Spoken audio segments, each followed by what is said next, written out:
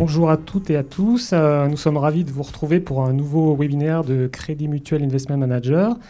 Et aujourd'hui, j'ai la chance et l'honneur d'accueillir deux gérants de Crédit Mutuel Asset Management, qui est une des sociétés de gestion d'actifs du groupe Crédit Mutuel Alliance Fédérale, pour lequel Crédit Mutuel Investment Manager, je vous le rappelle, assure la commercialisation.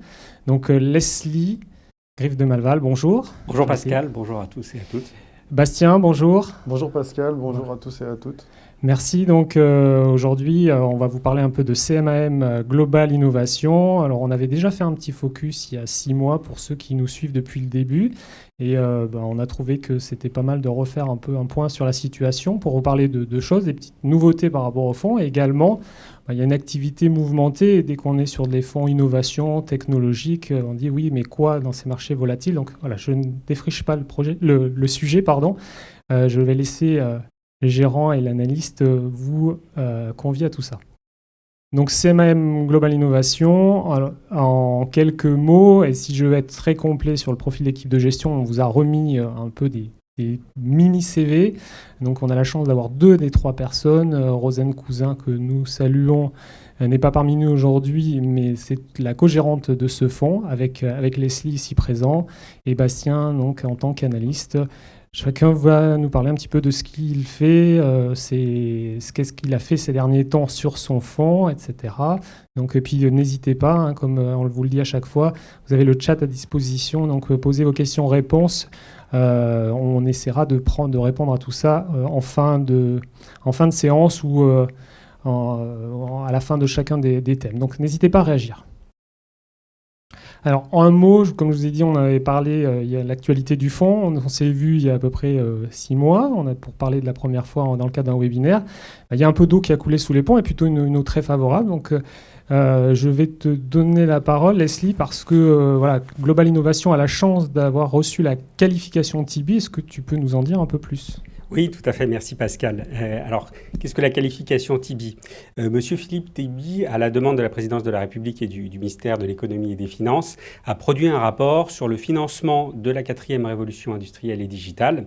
Et dans ce rapport, il insistait sur le fait qu'il fallait un véritable écosystème financier pour soutenir les sociétés françaises qui sortiront gagnantes de la 4e révolution industrielle. Dans ce cadre, il a besoin à la fois en amont de fonds de capital risque pour financer les startups, et puis dans un deuxième temps, parce que une introduction en bourse, ce n'est pas la fin d'une vie d'une société, c'est le début d'une nouvelle aventure. Il a besoin de fonds comme CMAM Global Innovation pour soutenir ces sociétés dans l'étape suivante que représente l'introduction en bourse. Alors nous sommes heureux d'avoir reçu cette qualification. En fait, on est vraiment totalement en ligne avec le rapport TIBI. Il cherchait une société de gestion française basée en France, avec des gérants basés en France, et il voulait un fonds global. Pourquoi ? Parce qu'aujourd'hui, dans l'univers de l'innovation, des technologies, la concurrence est vraiment globale. Les futurs leaders français de demain sont confrontés à des sociétés européennes, mais aussi asiatiques ou américaines. Encore. Nous avons, ça tombe bien, cette expertise mondiale puisque depuis le lancement du fonds, nous nous adressons à toutes les zones géographiques.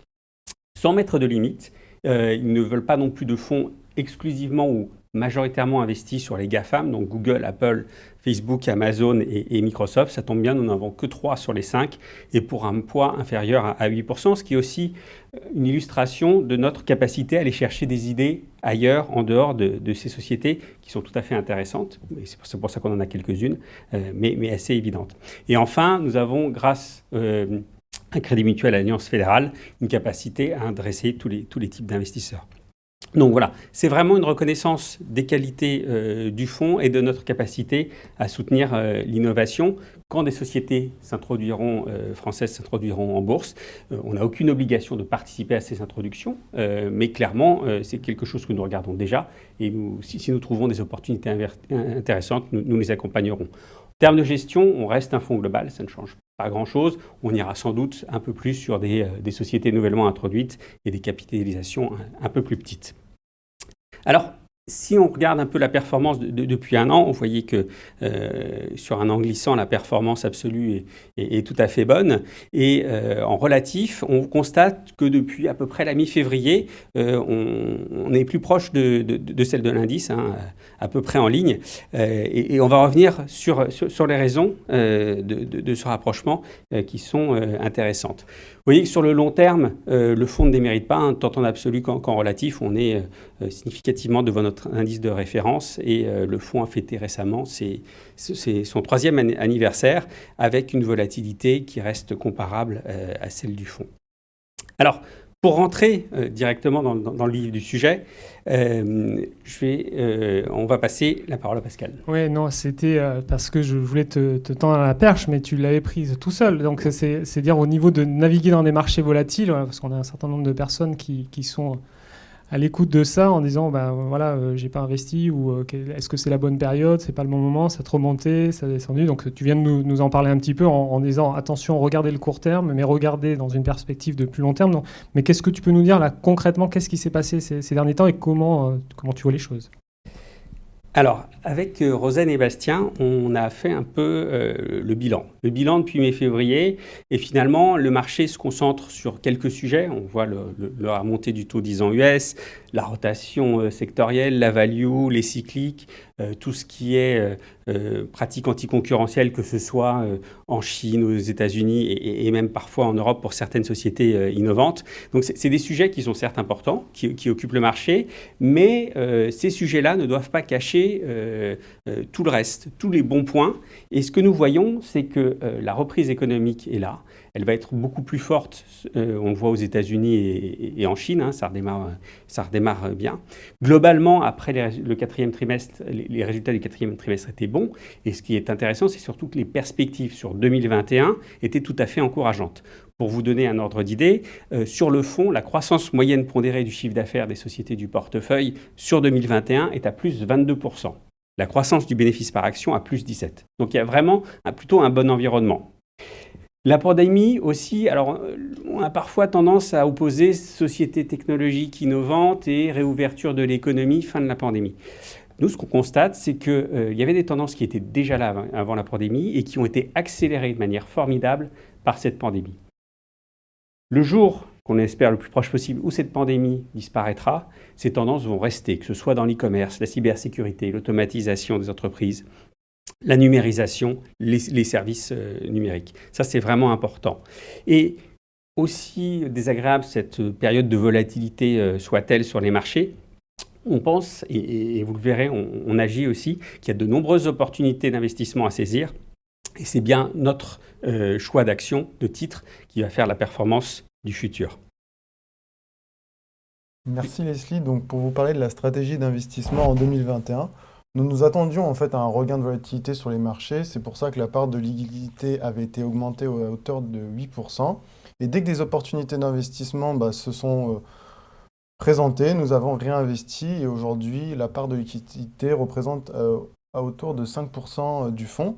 Nous avons gardé toujours une structure du portefeuille assez diversifiée, que ce soit en termes de piliers ou aussi en termes d'exposition au cycle économique, comme vous pouvez le constater sur le graphique.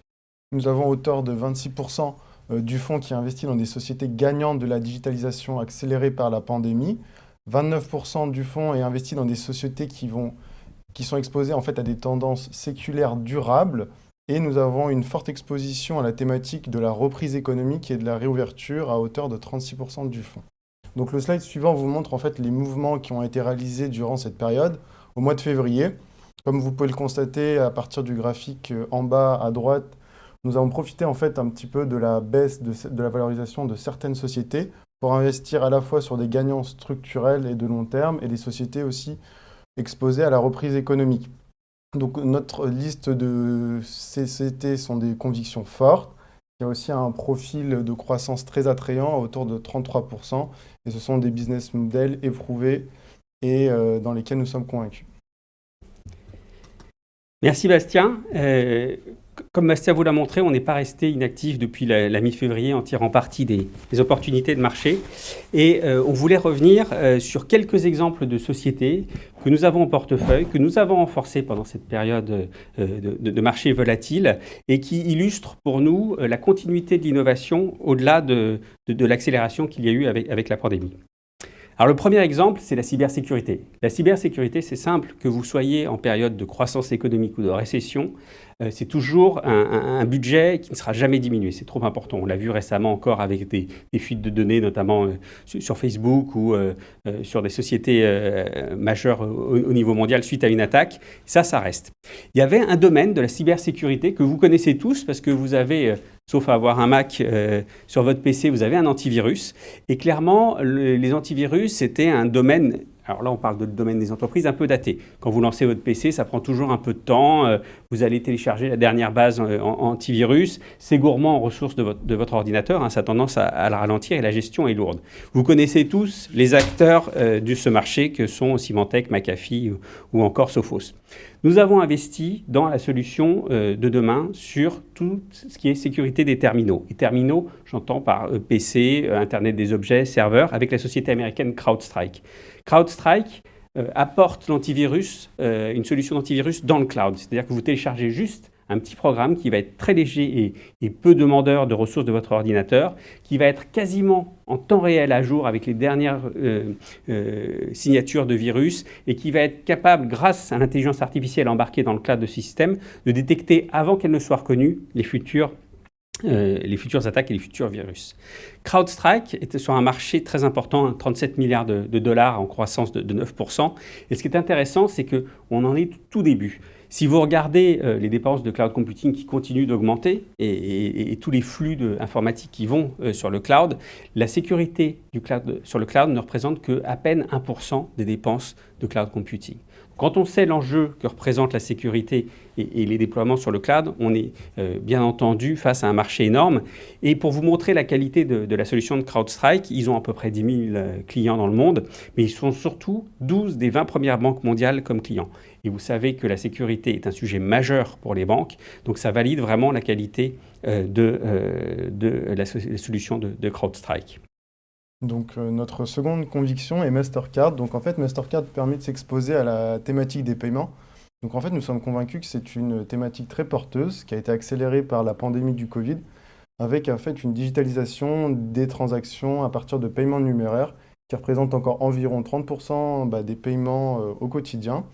Ça a été accéléré notamment avec l'essor du e-commerce, mais il existe encore de nombreuses opportunités dans la digitalisation à hauteur de 185 trilliards, notamment par rapport au paiement entre entreprises. Donc pourquoi en fait Mastercard est une de nos principales convictions sur le second slide, c'est qu'en fait Mastercard est vraiment un acteur qui est au centre de la chaîne de valeur des paiements, une marque qui est très reconnue, une société qui a une forte capacité à innover, à investir dans une stratégie multirale pour proposer de nombreux services et de nouvelles solutions de paiement.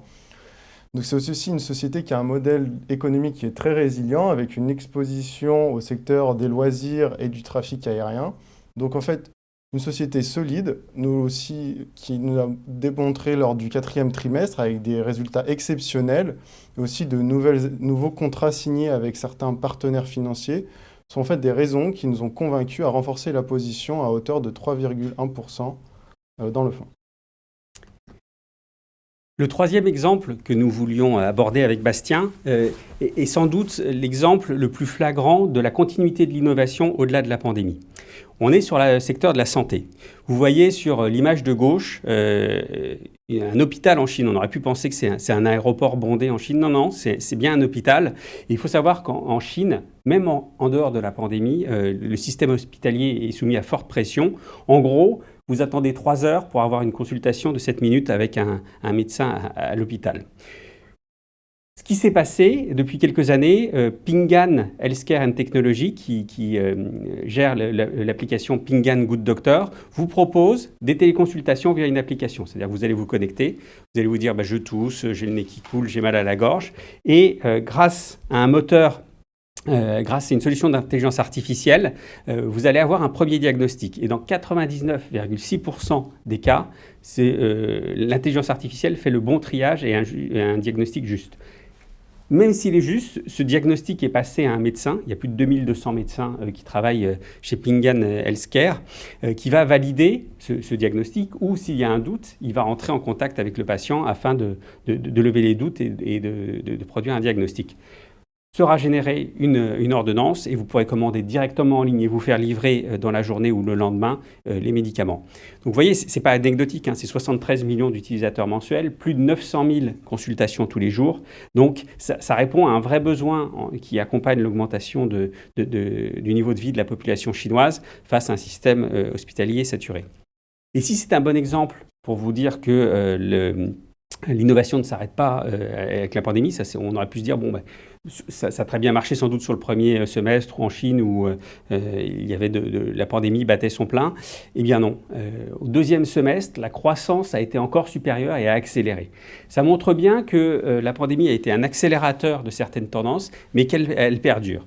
Et Ping An Healthcare and Technology est tout à fait bien placé pour être vraiment le lien entre les patients et le système de santé chinois, sachant qu'on a un taux de pénétration de 5% seulement en Chine du digital dans le secteur de la santé. Donc voilà une société qui illustre à la fois la continuité de l'innovation bien au-delà de la pandémie. On est vraiment sur des tendances long terme. Merci Bastien. Merci Leslie là, pour ces premiers points d'actualité. Alors pour ceux qui connaissent Crédit Mutuel Global Innovation, voilà, tout ça est très clair dans la continuité.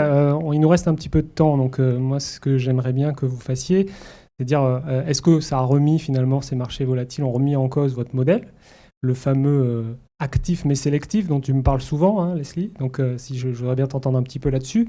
Et puis, j'ai une deuxième question, et c'est une question également qu'on a dans le chat, c'est dire innovation, ESG, etc. Mais je crois que tu as une slide, Bastien, là-dessus. Donc, on vous laisse poursuivre là-dessus. Donc, actif mais sélectif, Alors, tout à fait. On est actif mais sélectif, hein. Encore une fois, et Bastien vous l'a bien montré, on savait que les marchés étaient un peu hauts. On avait une réserve de cash tout à fait intéressante qu'on a commencé à mettre au travail avec la correction qu'il y a eu sur les valeurs innovantes et de croissance, hein, parce qu'on est persuadé de leur potentiel. Donc, c'est le moment de renforcer certaines lignes, voire d'accélérer la construction d'autres.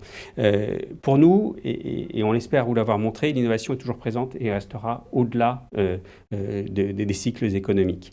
Il y a des tendances structurelles qui vont rester, qui sont accélérées. On l'a vu avec notre exemple de Ping An Healthcare sur le domaine de la santé. Certains secteurs en sont au début de leur transformation numérique. Donc là aussi, ça offre de nombreuses opportunités sur les années à venir. Et puis, n'oubliez pas que l'innovation est essentielle. C'est le pilier de l'économie, du développement, de la création d'emplois et aussi de la puissance des nations. Cette période nous a permis de renforcer les sociétés qu'on estime être gagnantes à long terme.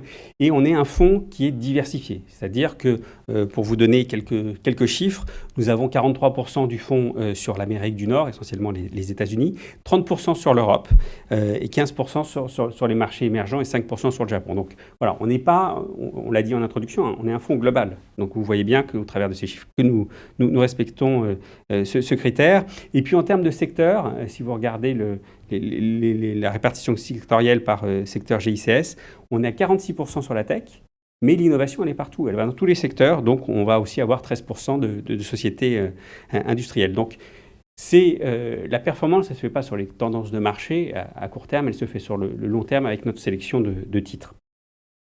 Je vais passer maintenant la parole à Bastien qui va vous rappeler rapidement le processus d'investissement qui avait été évoqué dans notre précédent webinaire il y a 6 mois. Donc, comme on a pu vous le démontrer à partir de différents exemples, en fait, nous avons un processus d'investissement qui est méthodique et qui est prouvé. Tout d'abord, la première étape, c'est la génération d'idées, où on sélectionne des sociétés qui tireront bénéfice de tendances structurelles à long terme. Nous validons ces tendances auprès de spécialistes, d'industriels et des différents secteurs, aussi par la rencontre de différents analystes. Après, la deuxième étape, c'est vraiment craquer le modèle économique de ces sociétés, comprendre leurs avantages comparatifs, mais aussi leur génération de valeur ajoutée, tout en faisant attention et en valorisant ces sociétés. Et la troisième étape, c'est la construction du portefeuille, qui est méthodique, qui permet en fait de de limiter les différents risques de liquidité, les risques de volatilité sur certains titres et qui permettent aussi d'avoir une opportunité et un suivi par des différentes thématiques. La deuxième... Simplement pour revenir sur la construction de portefeuille, on ne s'interdit rien. C'est-à-dire que si on a envie d'aller sur une société à forte croissance, mais qui a encore des choses à prouver, comme Ping An Healthcare, par exemple, qui n'est pas encore rentable, on va la rentrer en portefeuille, mais ça va plutôt être dans la partie troisième tiers, de ce qu'on appelle les jeunes pousses. Et on va accompagner, si la société suit bien son plan et a de bons résultats, pour la faire monter dans le portefeuille. Avec cette construction de portefeuille, on a une volatilité relativement maîtrisée par rapport à notre indice, tout en allant sur des sociétés qui nous intéressent. Pascal avait une question sur la partie ESG. Je vais laisser la parole à Bastien qui va vous présenter notre angle sur ce sujet. Donc, pour mentionner le thématique de l'ESG, qui est une thématique de plus en plus prégnante au quotidien dans la gestion, donc en fait, nous avons une intégration progressive des critères extra-financiers. Donc cela permet deux choses. Tout d'abord, d'avoir une meilleure appréciation des risques, qu'ils soient extra-financiers, mais aussi leur impact sur le business et l'activité des sociétés. Mais aussi, c'est vraiment une source d'opportunités et de découvrir de nouveaux business models, de nouvelles sociétés. Par exemple, on peut prendre l'exemple de Synopsys, qui est une société qui permet des gains d'efficience dans la formation de semi-conducteurs.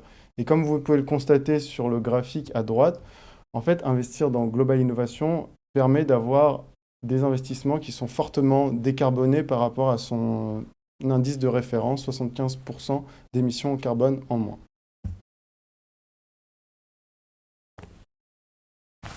On espère qu'au travers de nos différents points, on a pu vraiment mettre en avant que l'innovation n'est pas morte. La réouverture de l'économie ne signifie pas la fin des sociétés innovantes. On vous rappelle le taux de croissance moyen pondéré des sociétés, du chiffre d'affaires des sociétés du portefeuille en 2021, 22%. La croissance du bénéfice par action, plus 17%. Vous avez vu qu'il y a de nombreux secteurs qui en sont qu'à leur début en termes d'innovation et de digitalisation. La qualification TIBI que le fonds a reçue en fin d'année dernière clairement marque les qualités du fonds dans son approche globale et sa capacité à, on l'espère, venir soutenir les sociétés qui s'introduiront en bourse prochainement. On a une construction de portefeuille solide et éprouvée. Elle a été encore mise à l'épreuve en début d'année dernière avec le choc boursier qu'on a connu. Et puis on a une approche terrain qui demeure. Certes, on ne peut plus aller aux États-Unis, en Chine, en Russie ou au Brésil pour rencontrer les sociétés, mais on fait autant de rendez-vous avec les sociétés et les analystes, voire plus, dans ce cadre. Voilà. Nous vous remercions et bien entendu, nous sommes à disposition pour vos questions. Alors, avant de vous laisser complètement libre, messieurs gérants et analystes, une petite question. Alors, je ne sais pas si vous allez pouvoir répondre en live, mais sinon on apportera un complément a posteriori. Quelle est votre analyse de la R&D externalisée ? Ça, c'est la première question et elle s'enchaîne avec une autre question, mais liée à ça. Est-ce une nouvelle source de développement dans votre gestion ? Je ne sais pas qui prend. Alors, la R&D externalisée, vous l'avez peut-être vu sur un des slides, et le meilleur exemple, c'est Capgemini qui a racheté, en rachetant Altran, a renforcé sa position avec un des acteurs les plus importants dans la R&D externalisée. On voit que c'est quelque chose de plus important. Des sociétés n'ont pas forcément les moyens toujours de poursuivre tous les projets ou veulent dédier leurs ressources sur certains points de ce projet. Donc c'est quelque chose sur lequel nous sommes investis. Au travers essentiellement des sociétés de services. Vous avez un angle aussi où vous pouvez intégrer ça, parce que qui dit R&D externalisé dit échange avec l'équipe d'R&D externalisée, mais aussi avec les équipes de la société qui externalisent. Donc il y a de nombreux outils de partage. Alors on connaît les plus évidents, Microsoft, au travers de ces outils comme Teams ou encore Zoom. Donc il y a deux moyens d'aborder ça. On est clairement investi dessus. Ce n'est pas un gros pourcentage du portefeuille, c'est essentiellement à travers notre exposition société de services et une petite partie de nos sociétés de logiciels. La deuxième question était ? La deuxième était dans la droite ligne. Est-ce une nouvelle source de développement pour votre gestion ? En gros, c'est dire, on a bien compris que tu connaissais très bien le sujet, Leslie, on n'est pas surpris. Mais donc, c'était dire, est-ce que c'est quelque chose pour toi ? C'est pas nouveau parce qu'on suit ça depuis de nombreuses années, au travers, encore une fois, plutôt sous l'angle société de services. Ça reste une piste, mais pas plus importante qu'une autre. bien, merci beaucoup. Il n'y a plus de questions dans le chat. Voilà, je tenais à remercier pour votre écoute. Bastien, merci beaucoup pour cette présentation. Leslie, merci beaucoup. Merci à toutes et à tous de nous avoir écoutés. Puis nous restons bien entendu présents sur notre site internet. Vous pouvez venir vous inscrire sur les webinaires de façon aisée et puis sur notre chaîne YouTube également. Donc n'hésitez pas à nous suivre là-dessus et nous sommes présents pour répondre à un certain nombre de vos questions. Merci À Pascal. très bientôt Merci à pour toutes et à un tous. nouvel webinaire de Crédit Mutuel Investment Manager. Bonne journée, portez-vous bien. Au revoir.